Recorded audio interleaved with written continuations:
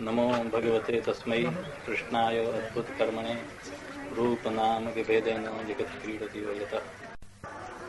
यह बात कही गई कि जगत में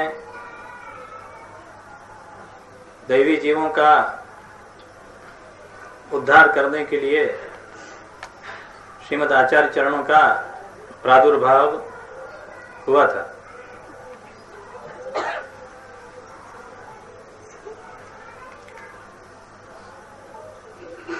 और कार्य आपके यहाँ भूतल पर पधारने का कोई था नहीं,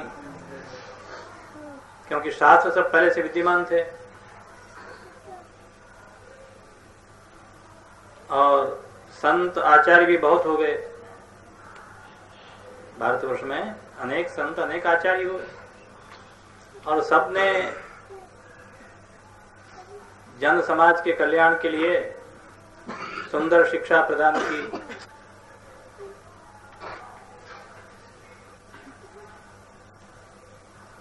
फिर भी आचार्य चरणों का जो प्राकट्य है उसका प्रयोजन दैवी जीवों का उद्धार तो है ही,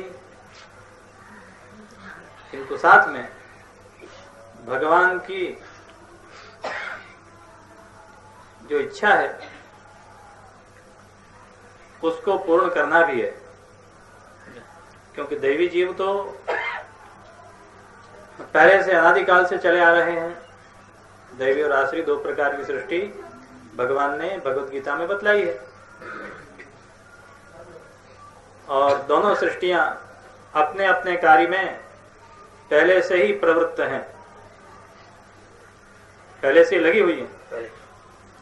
दैवी जीव अपना कार्य करते रहे, आसुरी जीव अपना कार्य करते रहे, किंतु आचार्य चरणों का प्राकट्य दैवी जीवों के उद्धार के लिए तो था ही, किंतु साथ ही भगवान की जो हृदय की इच्छा थी उसको पूर्ण करना, ये आचार्य चरणों के प्राकट्य का एक विशेष हेतु है। भगवान की आंतरिक इच्छा क्या थी, इसका जब विचार करते हैं तब नित्य लीला का संबंध ध्यान में आता है। नित्य लीला का संबंध ध्यान में सहज में आ जाता है। दैवी और आसुरी सृष्टि तो भगवान ने पहले से बताई थी, किंतु आचार्य चरणों का जो प्रधान लक्ष्य था वह यह था कि लीला सृष्टि के जो बिछड़े हुए जीव हैं उनको पुनः भगवत लीला में प्रविष्ट करना।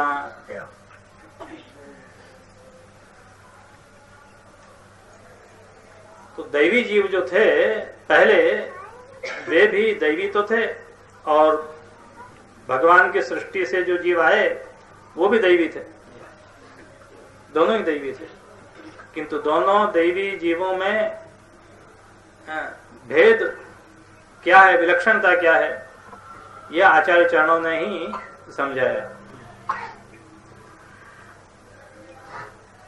अन्य दैवी जीवों के कर्तव्य, लक्षण और उनके फल भगवान ने भगवत गीता में समझाए हैं।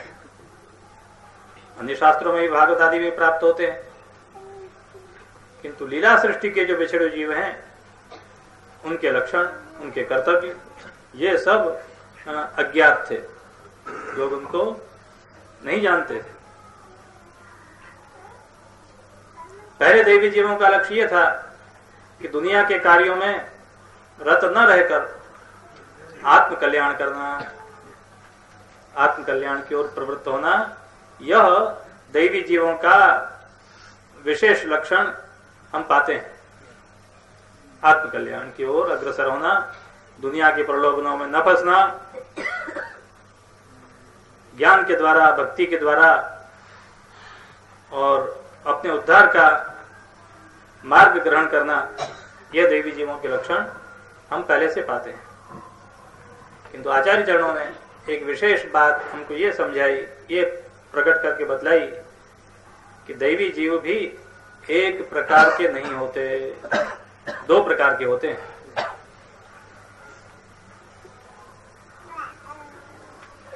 दैवी जीव भी दो प्रकार के होते हैं। भगवान ने तो केवल ये कहा कि दो भूत सर्गो लोकेस्मिन् दैवासुरेव च,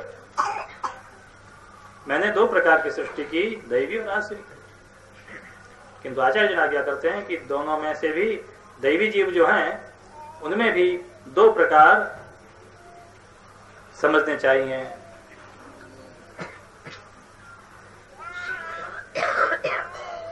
तो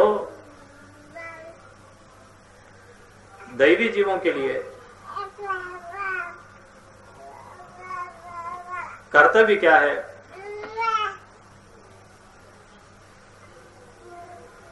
यह आचार्य चरणों ने समझाया। उनमें भी खास पुष्टि दैवी जीवों के लिए जो कर्तव्य है उसका निर्देश आपने किया। आपने बतलाया कि दैवी और आसुरी सृष्टि भगवान ने जो बनाई उनका प्रयोजन क्या था।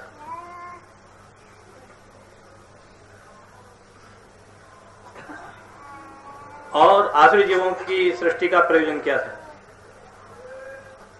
आसुरी जीवों की सृष्टि का प्रयोजन तो स्पष्ट ये है कि जायस्व म्रियस्व, उत्पन्न हो, दुनिया के कार्य करें, उन्हीं में आसक्त बने रहें और फिर उसी आसक्ति के परिणाम स्वरूप अंतकाल में उनका यहां से प्रयाण हो और जिस भावना को लेकर, अंत समय में जिस भावना को लेकर जीव प्रयाण करता है वैसी गति को प्राप्त होता है। तो जो आसुरी जीव होते हैं वे तो सांसारिक भावना में ही रात दिन रचे पचे रहते हैं और अंत समय भी वे दुनिया के मोह प्रपंच में ही फंसे हुए उन्हीं का चिंतन करते हुए यहां से प्रयाण कर जाते हैं और फिर वे जन्म लेते हैं, फिर जन्म लेते हैं और उसी प्रकार से उनकी परंपरा निरंतर चलती रहती है। उनकी परंपरा कभी रुकती नहीं, उनकी गति होती है। कौन सी गति होती है कि अधोगति होती है। माम अप्राप्यैव कौन्तेय ततो यान्ति अधमाम गतिम। अर्जुन, मुझको प्राप्त न करके ही वे आसुर जीव अधम गति को निरंतर प्राप्त करते रहते हैं।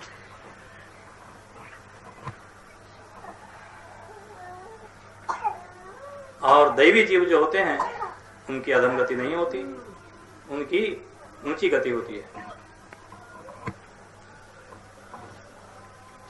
किंतु गति होती है उनकी भी, गति रुकती नहीं, ये विशेषता है। उनकी गति निरंतर चलती रहती है। जैसे आसुरी जीवों की गति रुकती नहीं, उसी प्रकार से दैवी जीवों की भी गति रुकती नहीं।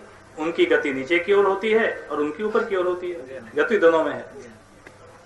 गति का विराम दोनों जगह हम नहीं पाते।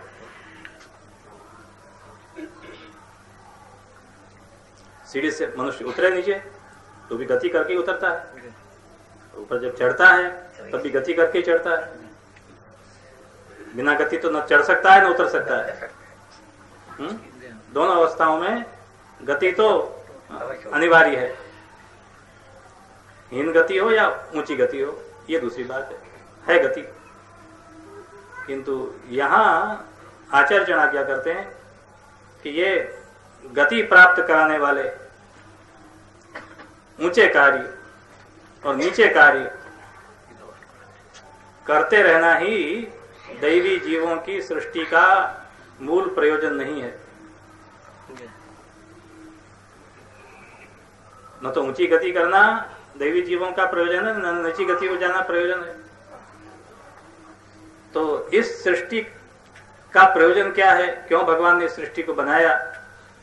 तो कहा कि सेवा के लिए। भगवत रूप सेवार्थम तत्सृष्टिर नान्यथा भवेत। आपने कहा कि भगवत रूप की सेवा के लिए ही ये दैवी जीव इस भूतल पर आते हैं, अन्यथा इनकी सृष्टि का कोई प्रयोजन ही नहीं रहता। न तो इनको नीचे की ओर आसक्ति होती है, न ऊपर की ओर जाने की इच्छा होती है। तो यहाँ ये भेद आचार्य चरणों ने करके बताया। भगवत रूप सेवार्थ, भगवान की स्वरूप सेवा के लिए दैवी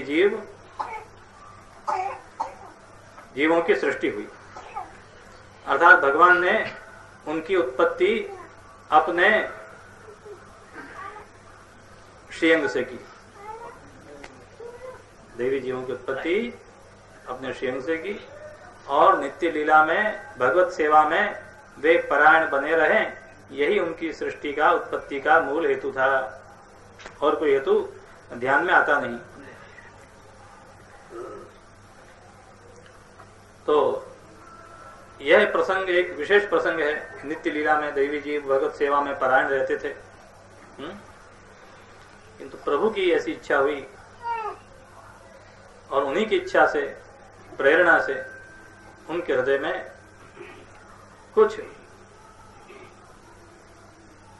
ऐसा अहंकार का भाव आ गया जिससे लीला सृष्टि से उनका विछोह हो गया। ये समझना चाहिए कि जैसे यहाँ अभिमान आदि होते हैं, ऐसे उनको भी अभिमान होते होंगे, ऐसा मानने का कोई कारण नहीं। यहाँ तो मनुष्य अपने अज्ञान के कारण से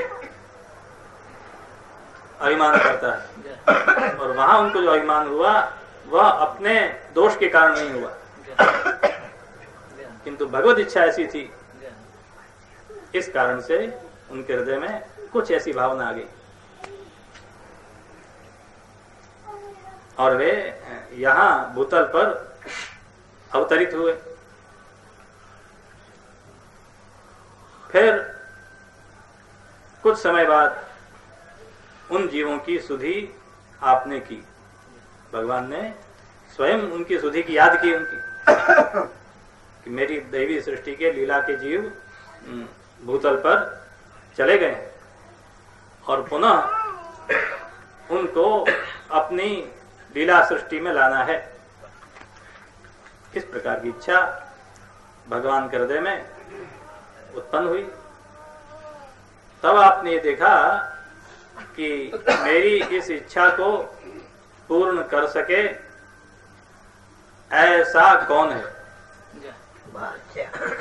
मेरी आंतरिक इच्छा को पूर्ण कर सके ऐसा कौन है। आपने सब देवी देवता अवतार आदि की ओर देखा, किंतु किसी में भी इस प्रकार की सामर्थ्य आपको ज्ञात नहीं हुई।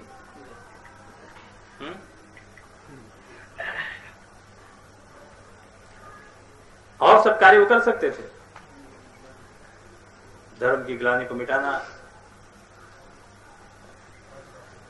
धार्मिक पुरुषों की रक्षा करना,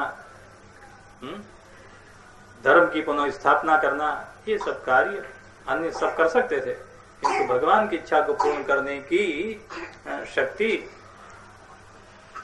उनको आपने प्रदान नहीं की थी, भगवान ने, पूर्ण पुरुषोत्तम। तब आपने आचार्य चरणों की ओर दृष्टि डाली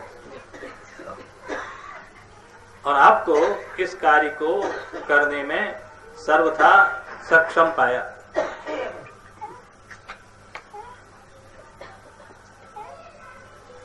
तो यहाँ विचार करने की बात यह है कि आचार्य चरणों का स्वरूप किस प्रकार का था। तो हमको महानुभाव ने बतलाया है, आपका स्वरूप भगवान श्री पूर्ण पुरुषोत्तम के आदि दैविक मुखाग्नि स्वरूप था। आदि दैविक जो मुखाग्नि है वह आपका स्वरूप आचार्य चरणों का।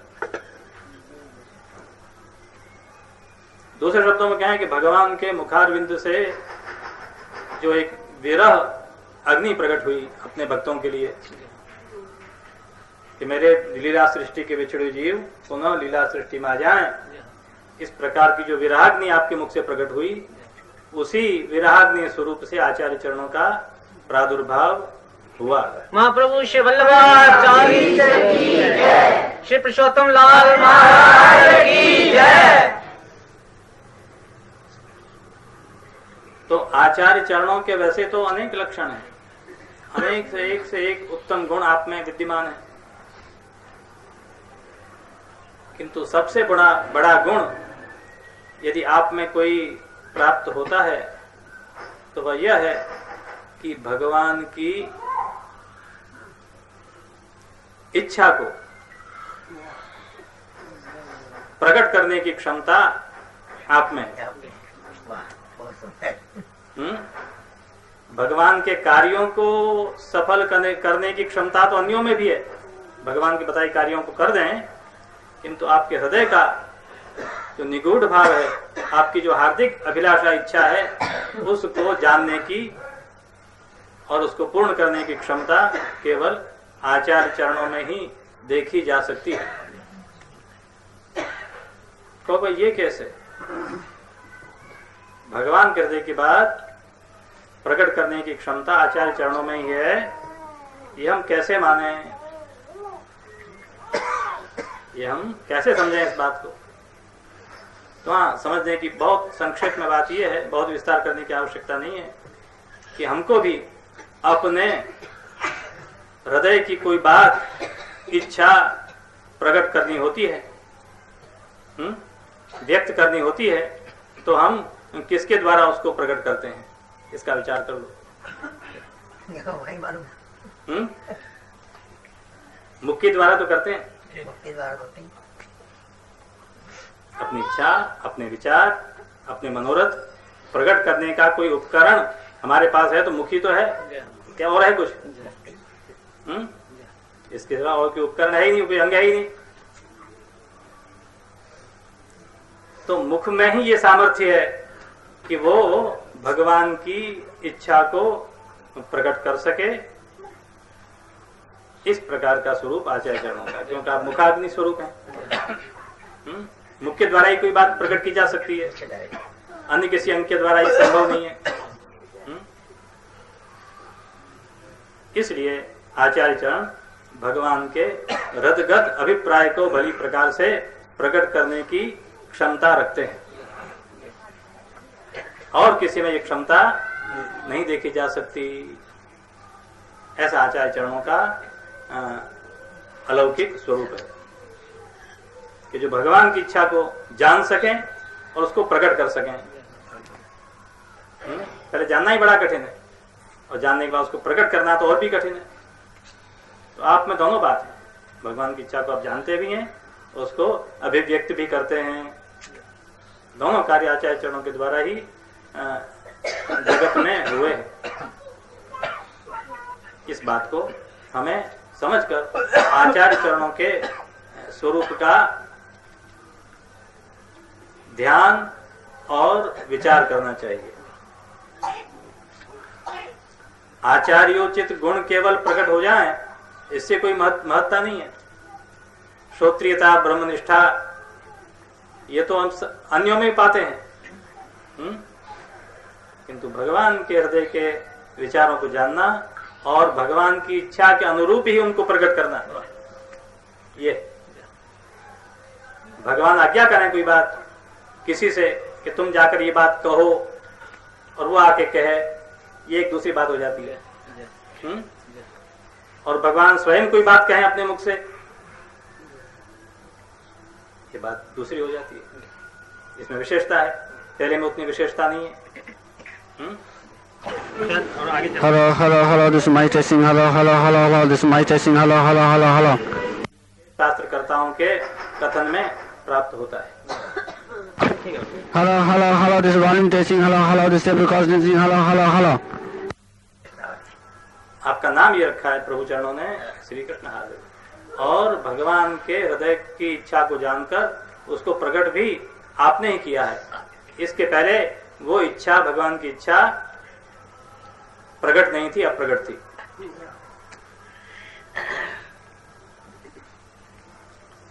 और वह इच्छा कौन सी?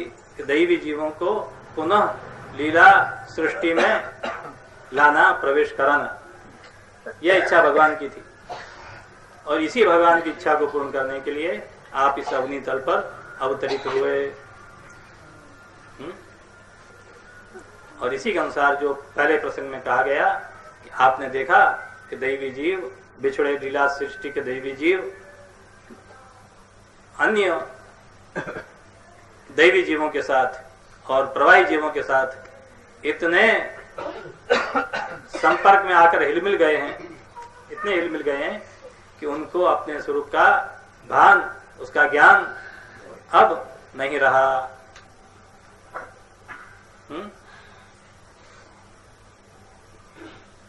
इस प्रकार की जब दयनीय अवस्था आचार्य चरणों ने लीला सृष्टि के दैवी जीवों की देखी, तब आपने कृपा करके उनके उद्धार का मार्ग कौन सा उचित हो सकता है, इसका विचार किया। इसी विचार को, आचार्य चरणों की इसी समस्या को समाधान करने के लिए भगवान प्रकट हुए और आपने ब्रह्म संबंध करना सर्वेषाम देह जीवयोग, यह दिव्य संदेश प्रदान करके दैवी जीवों के दोषों की निवृत्ति का जो अमोघ उपाय था वह आचार्य चरणों को बतलाया। और आचार्य चरणों ने उसी को प्रकट करके ब्रह्म संबंध के द्वारा दैवी जीवों को उनके अपने स्वरूप का भान कराया, उनके कर्तव्य का भान कराया और उनका फल क्या है यह भी समझाया। इस प्रकार से आचार्य चरणों के द्वारा ब्रह्म संबंध हमको प्राप्त हुआ और हम बड़े सौभाग्यशाली हैं, ये हमको समझना चाहिए। इस बात को भली प्रकार से हृदयंगम करना चाहिए। और हमारी जो स्थिति, हमारी जो कोटि है, अन्य जीवों के समान नहीं है, हम उनसे विलक्षण हैं। हमारा स्वरूप विलक्षण है, हमारी कृति विलक्षण है और हमारा फल भी विलक्षण है। इस बात को भली प्रकार समझ के हमें अपने स्वरूप के अनुरूप अपने जीवन को बनाने के लिए और हृदय में निश्चय करना चाहिए और उस निश्चय को पूर्ण करने के लिए हमें सत्संग का सेवन करना चाहिए। बस इतना कहकर आज का वक्तव्य